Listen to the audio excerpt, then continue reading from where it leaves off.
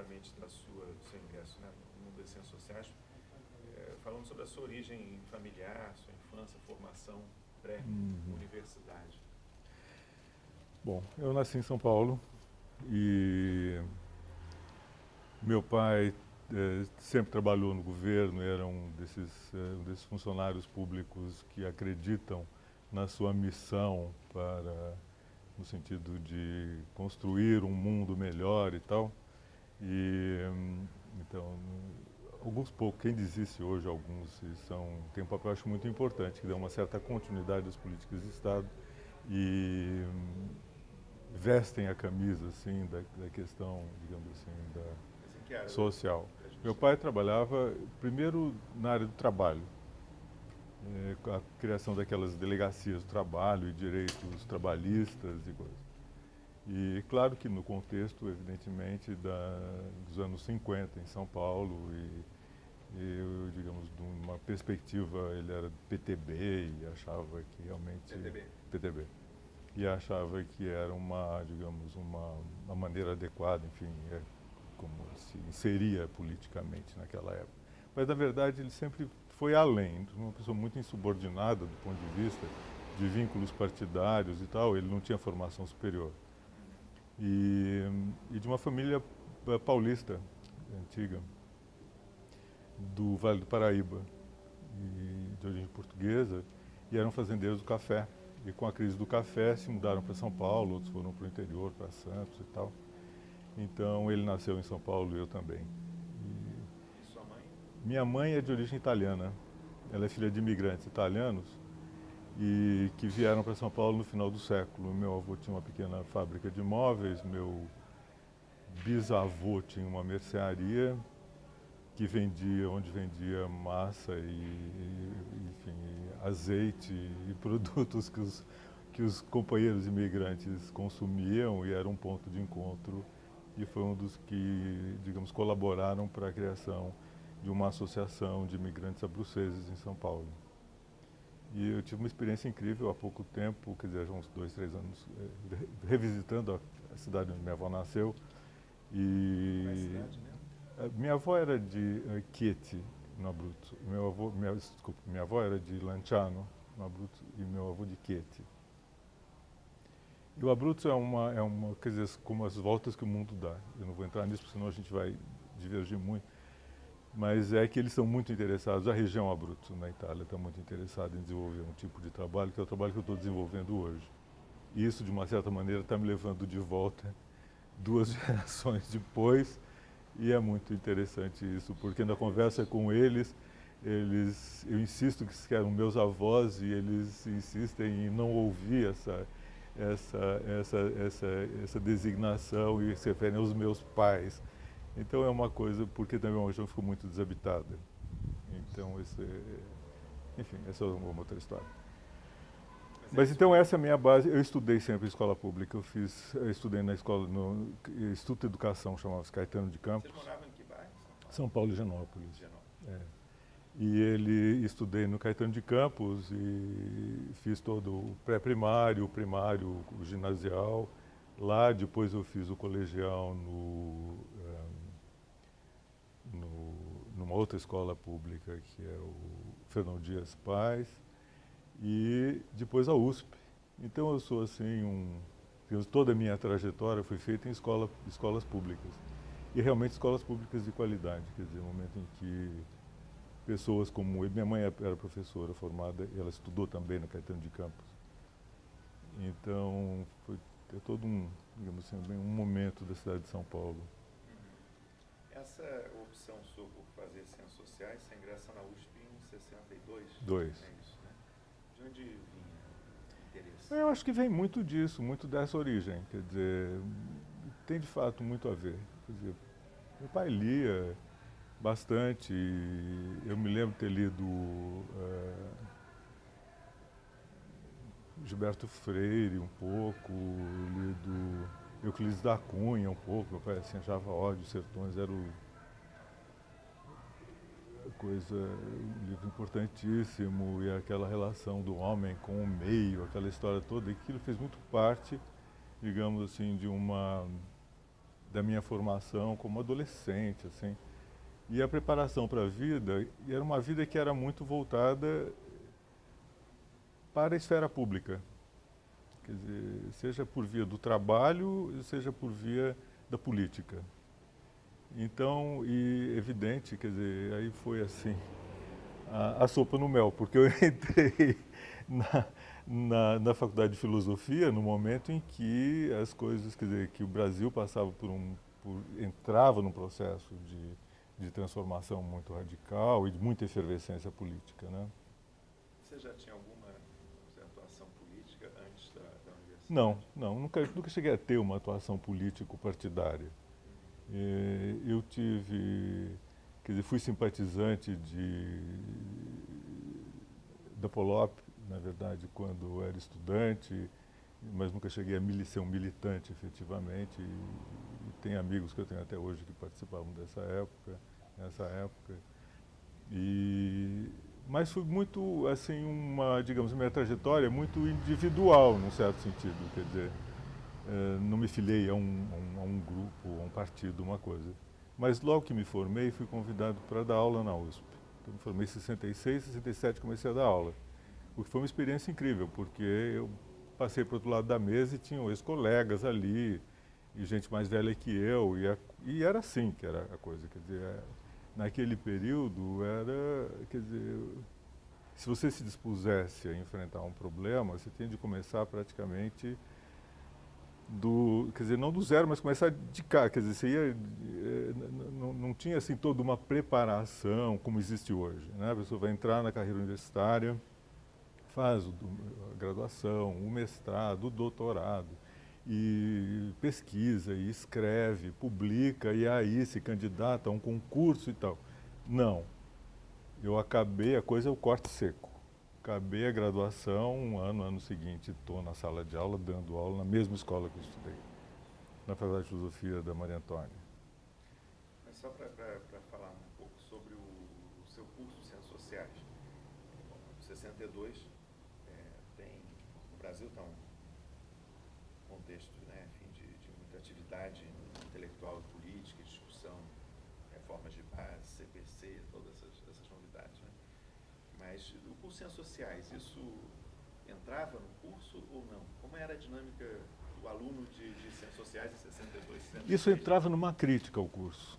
Entrava absolutamente, integralmente, mas como uma crítica, ou pelo menos a algumas cadeiras. Era o sistema de cátedra ainda vigente, né?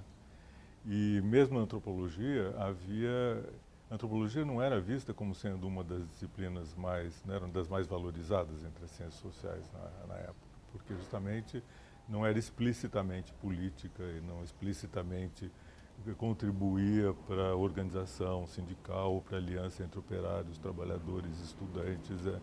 Era uma outra gente que ia para o campo, lá desbravando os sertões e dormindo em redes, saindo com os cantis e para um lado do mundo que, na verdade, estava bem longe, de uma certa maneira, né, da efervescência política urbana, que acontecia na porta da faculdade, né?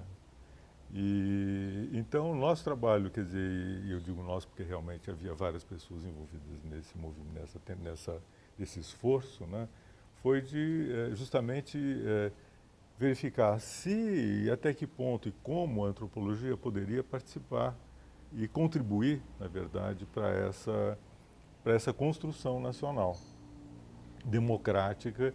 E a questão importante aí era que a antropologia era a disciplina mais sensível à diversidade social e cultural, por toda a sua trajetória.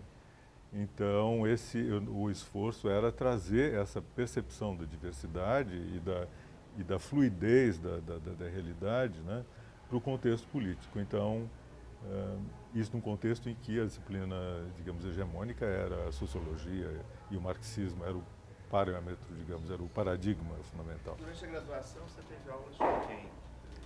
Quem eram os professores? Olha, quem me entrevistou, na época tinha entrevista no vestibular, né? E quem me entrevistou no vestibular foi Fernando Henrique. E na banca do vestibular, eu me lembro da entrevista com o Fernando Henrique, uma entrevista interessante que a gente falou até das leituras que eu mencionei no início da nossa conversa. Ele fez a mesma pergunta que você fez, no certo sentido. Por que você veio fazer ciências sociais? O que você traz aqui? O que você fez antes, né?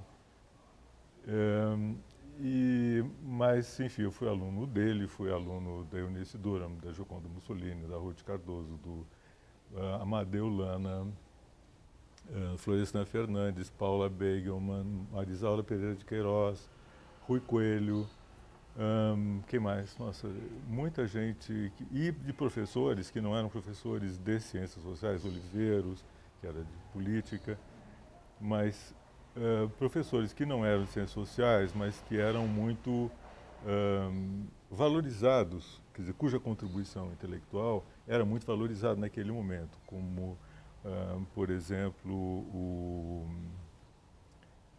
o Bento de Almeida Prado, porque também é um momento digamos, de emergência do estruturalismo, pelo menos a chegada do estruturalismo na Faculdade de Filosofia. Então, o Bento dava aulas incríveis e hordas de estudantes iam assistir às aulas do Bento Prado, né? O Paul Singer, ele tinha, não sei se já tinha se formado ou era recém-formado, nós tínhamos um péssimo curso de Economia Política, então nós boicotávamos esse curso, a gente assistia, se revezava na sala de aula, porque tinha frequência obrigatória, e tinha um bedel que levava a lista de chamada, mas nós vivíamos mesmo, era no saguão da faculdade, onde tudo se cruzava, né? E eu me lembro que uma vez, como digamos, um movimento de revolta contra o tipo de abordagem que o professor Paul Hugon, que era o catedrático da época, Paul Hugon, que dava moeda e crédito, não sei o quê. Nós convidamos o Paul Singer para dar um curso, ele deu esse curso no saguão da faculdade. Então, quer dizer, é um momento assim que, quer dizer, a política estava dentro do saguão, a política estava no saguão e na rua. E é isso, e ela, evidentemente, penetrava a sala de aula e todas as outras coisas. Agora, ao mesmo tempo, você fez vários estágios também.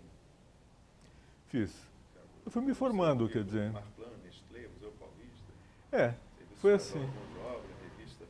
Banas, Informa, exatamente, porque, quer dizer, porque o trabalho do antropólogo era, quer dizer, primeiro, alguns desses estágios tinham a ver com a formação acadêmica. Por exemplo, esses departamentos de pesquisa, era pesquisa de mercado, então aprender um pouco metodologia de pesquisa quantitativa, porque também naquela época não tinha uma definição clara a respeito de para onde eu iria caminhar. Então eu queria aprender, evidentemente, um pouco de tudo, né? Então eu trabalhei na Nestlé, fui até trabalhei como pesquisador numa agência de investimento financeiro, fiz análise econômica, aprendi um pouco de economia, conheci um pouco como funcionava a bolsa. E conhecendo o mundo, né? Na verdade, sei lá, jovem, 18, 19 anos, não sabia muita coisa. E o Museu Paulista, e assistindo um curso no museu, no MASP, Museu de Arte de São Paulo, que foi dado pela Vilma Chiara e o Harold Schultz, sobre arte crawl, eu me interessei muito pelo curso, e eles trabalhavam no Museu Paulista. E através deles eu tive contato com o Herbert Baldus, que na época era o diretor do museu. E eu fui ser estagiário lá no museu, fiquei lá classificando peças, cacos, em caixinhas e mexendo com aqueles cacos e respirando o ar do museu e aprendendo um pouco. Porque você entra na profissão, quer dizer, hoje é tudo muito escolarizado, né? E naquela época dependia muito da iniciativa, eu acho, de cada um. E as oportunidades também não eram óbvias, você tinha que ir um pouco construindo. E não havia um curso de pós-graduação na USP, havia o doutorado na USP, que era um procedimento para concessão de um título acadêmico, mas que não era escolar, não havia. Então, quando eu terminei a faculdade, eu comecei, vamos dizer, uma especialização na USP, através de seminários que eram semanais e do qual participavam praticamente todos os professores, pelo menos aqueles que estavam na época fazendo suas teses de doutorado, que eram Amadeu, a Ruth Eunice, Zé Chico, Zé Francisco Quirino dos Santos, né? e 2 ou 3 alunos, eu, o Naldo Baker, a Renate Wirtler, a Lux Vidal. A gente participava desses seminários e aprendendo um pouco, mas não eram seminários voltados para a formação, pensados como... Eram seminários entre professores e alunos, vários professores e vários alunos. Então nós líamos, e supostamente em francês ou em inglês, que não tinha nada escrito em português, nem os livros eram disponíveis nas bibliotecas, nas livrarias, quanto mais nas bibliotecas. Então quem tinha um livro emprestava, o outro lia, nem existia, isso era o Xerox. Quisesse fazer uma cópia, tinha que ser mimeografada, então era complicadíssimo. Então o livro circulava, as pessoas liam, conversavam. Uma coisa assim, uma fase meio assim, de desbravamento heróico, pelo menos como eu vejo na minha trajetória, bem artesanal. Agora, Exatamente, de mestre aprendiz. no meio do curso, você teve como 64, né? 66. Não, De 2 a 64. 6. Eu me formo em 66. Pois é, no meio do curso sim, teve o bom. golpe de 64. Como é que ele foi vivenciado?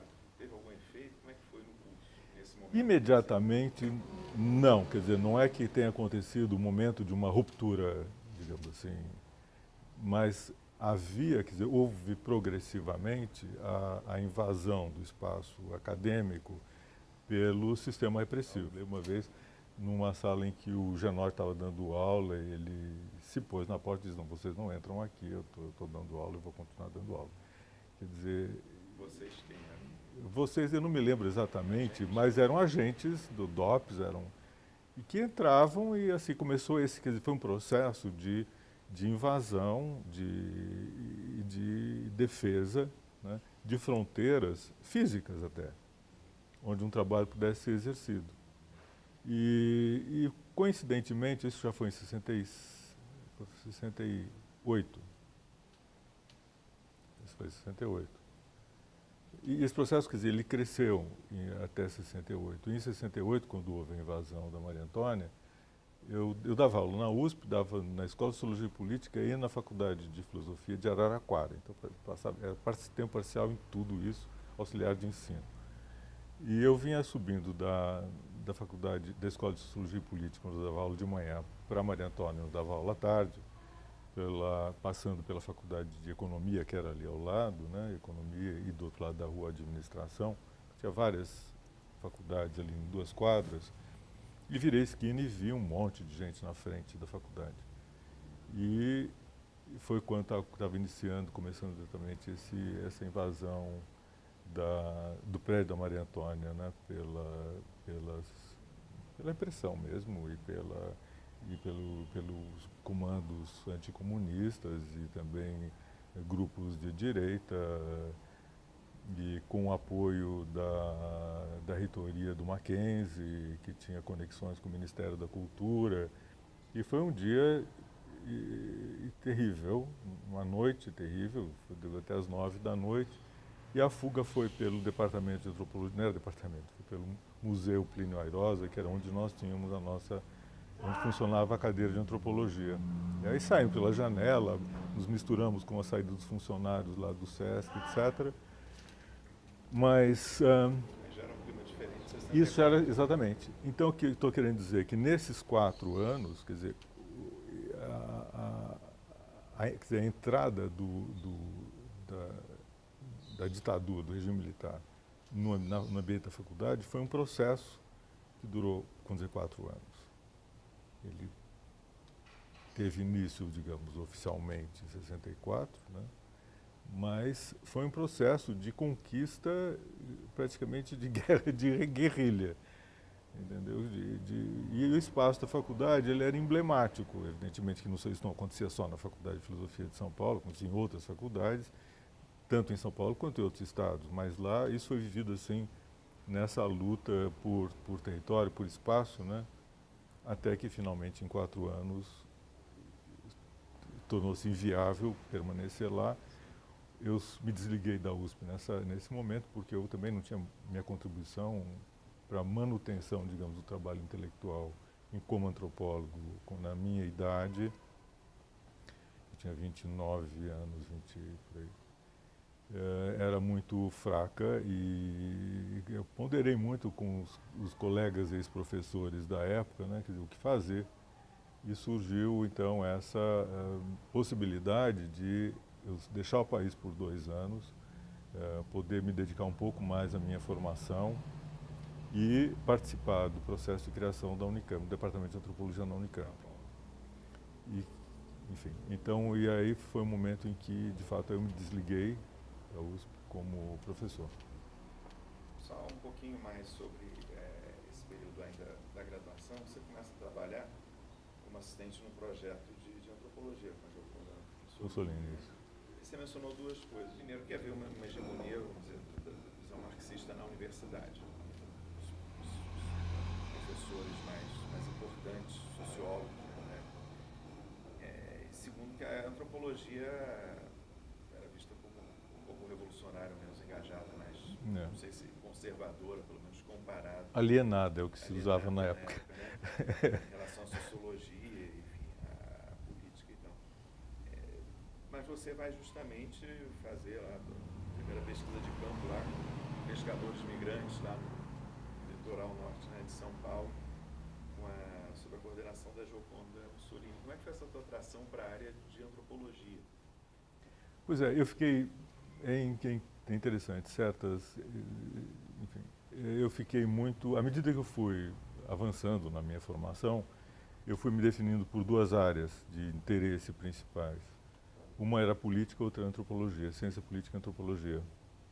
E quando eu tive esse convite para ir para a cadeira de antropologia, que foi feito pelos professores e não pelo catedrático, ao qual eu fui agradecer e disse que eu não devia nada a ele, mas aos colegas que pressionaram, que era o Schaden, Egon Schaden. Eu tive também um convite para ir para a política. Paula Beigelman, que era catedrática de política na época, me convidou para ir para a política. E eu passei a vida inteira entre a cultura e a política, na verdade. Mas nesse momento a decisão de mas a minha entrada, eu decidi a minha entrada pela antropologia. Né? E aí eu comecei, como naquela época o trabalho de campo era muito difícil, não tinha esse trabalho de conclusão de curso, nada disso, né? Eu tive 2 experiências em campo que foram importantes na minha formação, digamos, básica.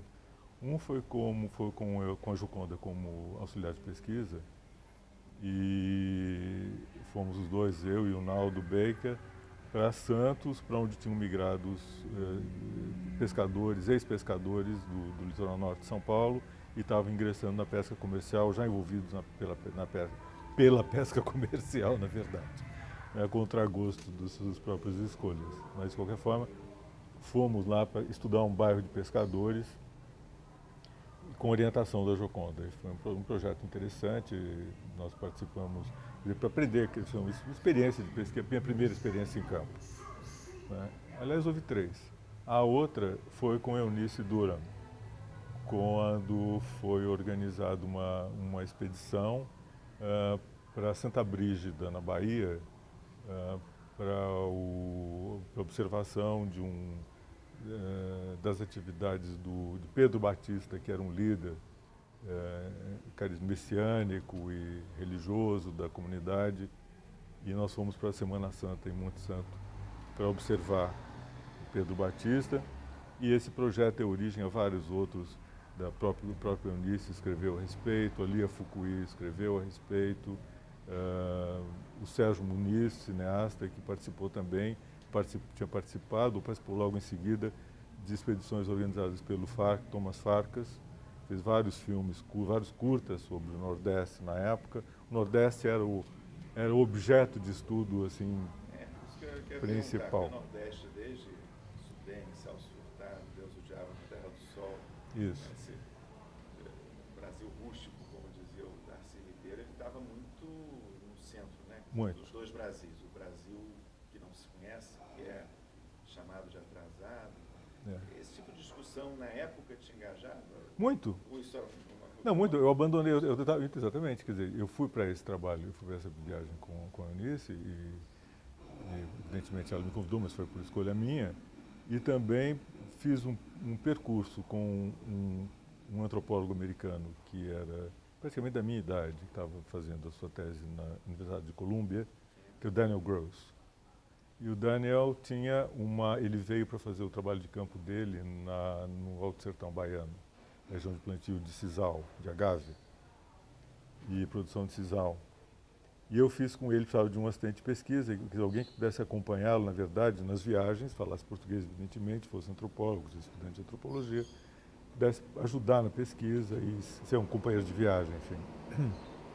E foi nessa região onde eu viajei com ele, para onde eu fui com o Eunício, onde eu comecei a minha própria pesquisa sobre a visão de mundo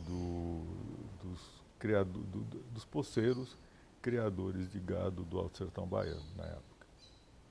E eu fui dar, evidentemente, aonde foi feito Deus, Diabo na Terra do Sol, Monte Santo. E onde, quer dizer, terra sobre a qual Euclides da Cunha tinha escrito. Então foi uma conjunção de fatores que é muito engraçado, porque as coisas, de uma certa maneira, se configuram, como essa história de Lanciano que eu estava falando agora e do Abruzzo. Eles estão lá na história deles, no processo deles, e de repente a minha história converge, a gente se cruza. E tem um cruzamento que tem um sentido biográfico, né? Agora, nessa época, o que de antropologia ou relacionado à cultura popular, chamado depois, seria o que tinha de referência? Ou era essa produção mais sobre sertanejo brasileiro, sertões, pensamento social? O pensamento social mas eram também os clássicos da antropologia. Então os NUA, eu fui para uma região de criação de gado, e os NUA evidentemente estavam na minha cabeça o tempo inteiro. Evans Pritchard era o meu interlocutor virtual, né, nesse trabalho. Mais do que, por exemplo, aqueles estudos de comunidade? Mais do que estudos de comunidade, não. E isso também tem a ver com a formação dada na USP naquela época, porque já havia uma cisão com estudos de comunidade. Embora toda a trajetória da Gioconda tivesse sido dentro dessa perspectiva de estudos de comunidade, além da antropologia física, a qual ela se dedicou bastante, né, já se superava, quer dizer, já havia um trabalho feito por alguns colegas do departamento de antropologia no sentido de superar, digamos, a perspectiva dos americanistas, brasilianistas que tinham desenvolvido estudos de comunidade, etc., na busca de questões mais abrangentes que estavam sendo elaborados pela antropologia social britânica ou pela antropologia francesa. E o Roberto Cardoso de Oliveira, que não era professor naquela cadeira, mas fazia o seu doutorado lá, mas a defesa do doutorado do Roberto Cardoso foi também um acontecimento importante nesse processo, né? Uma celebração, digamos assim. Então existe alguém que fala alguma coisa com sentido em português a respeito de coisas relevantes, né, como a noção de fricção interétnica, etc. Então era um pouco o começo da explosão de um ultraterritorialismo, digamos assim, na abordagem antropológica, né? E é interessante que também um tema que tem me perseguido bastante é a noção de lugar, e que não é a mesma de território. E é justamente a abstração do que o território tem de importante, ao meu ver, né, do ponto de vista das socialidades, do ponto de vista da experiência das práticas sociais. Então, os marcos de referência, a organização socioespacial, já é uma abstração, são abstrações e abstrações que foram sendo construídas ao longo do tempo, né, e que levaram o pesquisador para além da comunidade focada como um território, muitas vezes até fechado, né? Embora já na época houvesse críticas a esse tipo de estudos de comunidade. Também da discussão sobre rural e urbano. Rural e urbano. Contínuo rural e urbano. Exato, depois também o foco nas relações de trabalho, estudos que já apontavam para questões do campesinato, né? Então foi enfim, foi por aí. Então essa era a bibliografia que, na verdade, alimentava o meu olhar, a minha observação. E, além disso, né, digamos, todo o imaginário da cultura CPC, que inclui Glauber Rocha e tudo mais, digamos, esse esforço no sentido de fazer uma antropologia politicamente relevante, né, que pudesse contribuir para um processo de construção de democracia do país, né, e o debate sobre o que é cultura popular e o popular, o nacional popular, e que eu fui me engajando progressivamente nos anos 60, 70, né. E, na verdade, em 81, eu escrevi um livro em cultura, porque é a cultura popular, que foi o meu best-seller. É o mais... Não, 13, aí tem 13 reimpressões, não sei quantas reimpressões da 13ª edição. Então, foi um pouco a síntese desse momento, né, em termos de devolução pública do resultado do meu trabalho. Então, eu acho que eu sempre tive muita sensibilidade para o sentido público do trabalho do antropólogo. Eu até falei sobre ontem isso aqui, sobre os sentidos públicos da prática do trabalho antropológico.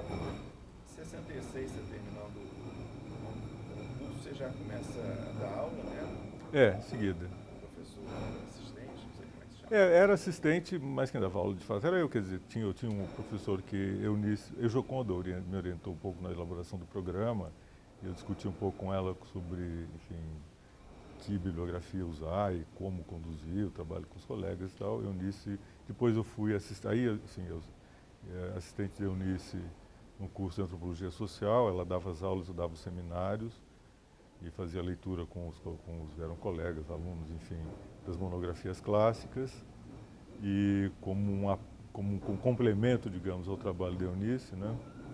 E trabalhei bastante nesses dois momentos de formação, tanto no curso de Introdução à Antropologia, onde se fazia uma mudança importante, porque já não se tratava mais de focalizar a questão da antropologia, a relação entre natureza e cultura, o processo de humanização, enfim, e a evolução humana, aquela história toda, mas partia já de uma visão, da visão levi-straussiana, de ruptura entre natureza e cultura. Quer dizer, esse impacto dessa perspectiva de análise estrutural, ela já aparece no teu mestrado. E aí eu fui estudar um pouco de linguística, porque para entender essa antropologia emergente... Não, mesmo em São Paulo, antes de viajar. Eu estava fazendo um curso sobre o Nordeste, era um curso dado por vários professores, organizado pelo Instituto de Estudos Brasileiros, sobre o Nordeste, e um curso de linguística que eu fui fazer também para poder me informar um pouco melhor a respeito da disciplina, e que eu estava fazendo quando eu tive que ir embora, e interrompi e fui para a França. Você dava aula também, que você mencionou, né, na Escola de Sociologia e Política e no curso lá de Ciências Sociais em Araraquara. Você conciliava os três ao mesmo tempo? Ou cada semestre era... Não, ao mesmo tempo. Eu tomava o trem, ia para Araraquara, era trem naquela época, tomava o trem, voltava. No meio do caminho espalhava uns panfletos da Polop, deixava nas estações, voltava, depois dava aula na Sociologia Política, enfim. Aliás, hoje em dia muita gente faz isso, dá aula em escola particular, depois não sei onde, depois não sei mais o que, aí toma o metrô. Só que naquela época era o trem, aí passava a noite no trem, chegava de manhã, dava aula, tomava o trem da tarde, voltava.